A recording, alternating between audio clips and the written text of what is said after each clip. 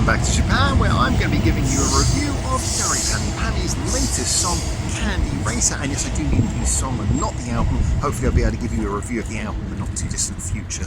Also, I was there online for the video premiere the other day, and I must admit that one of the phrases I saw coming up most in the live chat was people saying, "This is weird," or "This is strange," and they weren't just talking about the video, which hopefully we'll also get onto soon. But this was definitely something of a change of sound, and that's what I really wanted to talk about first of all. It's a change of sound that we'd also heard a little bit on the song that came out briefly before, which I must admit was one that I wasn't a huge fan of. I have been quite a follower and supporter of KYARY PAMYU's music. I've seen her live, and you guys all know that I did a video not so long ago talking about how well I think she's holding on to her career and how relevant I think she still is. And I've also been a very vocal supporter of I can never say his name.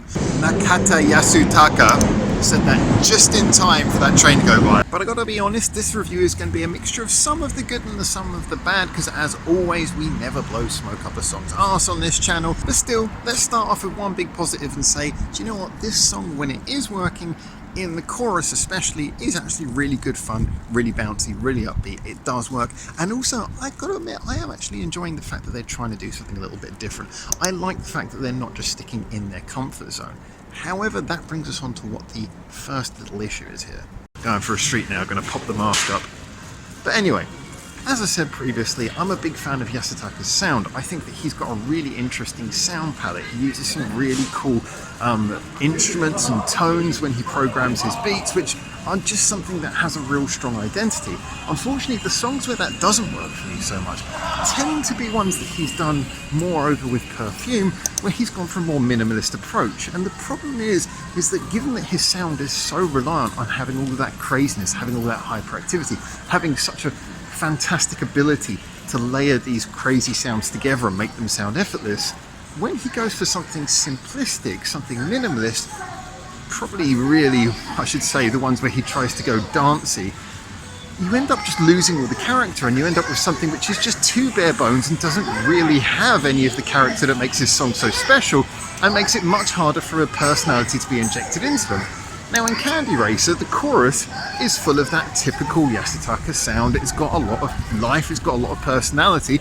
However, when we go into the verse, we end up with something which is incredibly minimalist in a way that does sound incredibly, and I mean incredibly, like a late 80s, early 90s dance song. And I don't mean that in a particularly good way. I mean, that was a time of particularly cheesy synths and really basic beats, and that's kind of what we get here. And it puts all of the work into KYARY's lap. So, how does KYARY deal with this? Well, there's no doubt in my mind that if you wanted someone to give a bit of personality and life into a rather lackluster beat, for the verses at least, then she's exactly the sort of person you'd go to for that kind of heavy lifting. Unfortunately, in this particular instance, all she's got to work with is a very slow, drawn-out line of vocals that is mostly really just put through a lot of production. It's a cool bit of production, the bits on the vocal at least. However, it isn't really enough to add much life. It's just kind of a layer of sound in of itself that hasn't got a huge amount of a leading quality. So we're left with a verse that just kind of feels like a rather uninteresting, out-of-date club beat before going to a chorus, which is great, but doesn't really stand up enough on its own. I mean, frankly, it's going to be a hell of a chorus to make something interesting out of that verse that came before it, especially considering some of the other ones she's got. And that basically means you're left with this thought of, why is this a single? And obviously I will get on to reviewing the whole album, but I did really feel that this was a really curious choice for a single. Now, spoiler alert, the album does throw up some really good, interesting surprises, and of course it does contain a lot of the singles we've been listening to recently that I've given such glowing reviews to. However, yeah, this is the title track, and it doesn't seem to be there.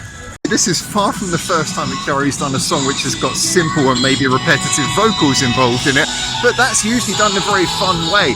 You look at songs like An and things like that, it's usually very upbeat, and also it's important to point out that those songs have really lively backings with a lot going on in them half the time, which means that really all she's doing is just adding a rhythmic chant with her classic personality. But her personality doesn't gel, to me, with slow, drawn-out lyrics. So yes, this is a listenable, functionable, passable song that will get your head bopping and has got a decent chorus that will give you a little bit of a sense of fun, but it doesn't live up to any of the wow factor that we're used to hearing from KYARY. As an album track, I accept it. As a single, I just don't think it's there. And once again, I do want to say that I have a little bit of respect for this song for trying something a little bit different from her normal sound. However, I think if you're going to experiment, I'd like to see you experiment with something new and fail, rather than do something which, as I pointed out, feels a little bit like, well, the song feels more than 30 years out of date, and it's not really bringing anything new to that old school dance sound. So now quickly to address that video, which once again, if you haven't seen it, probably a good idea to see it first. So I'm not going to go through detailing everything in it, but it mainly goes around the idea of free YouTubers. Sad I wasn't invited to be one of them. I think they're sort of actors playing YouTubers. And these three basically doing a video where they're going to a quote-unquote haunted house, and it turns out that she's the one haunting it. I did feel that the video at first watch is kind of a bit strange because it's mostly around these three characters, and she's very sparsely interspersed into the video. But, you know, at first it was really weird, like, what am I watching? But again, I respect it for trying something different. Once again, I'm not 100% sure that it works, but it had a sense of fun about it.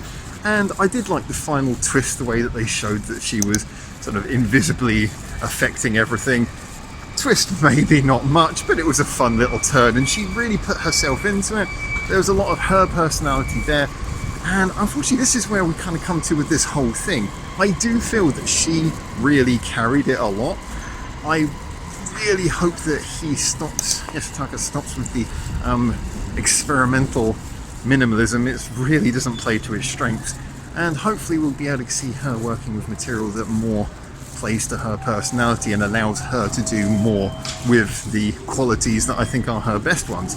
The fun ones, the upbeat ones, the crazy ones, the kinetic ones where she's allowed to use a lot of energy. I mean, by all means, do something crazy like have her on like a dance track which has a dance beat, then maybe has Tokyo Ska Paradise Orchestra playing trumpets over the top of it. Something like that would be brilliant. Maybe have her, I did mention before, I'd love to see her do a collaboration with Baby Metal. I think her singing over metal would just be crazy. And it would be kind of fun, because again, energy, energy, energy.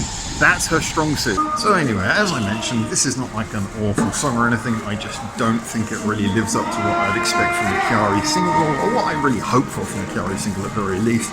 However, the album does have some really interesting surprises on it.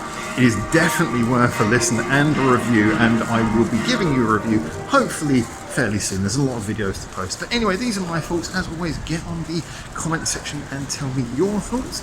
And one last thing, you know what I have to do? I have to leave you with a metaphor.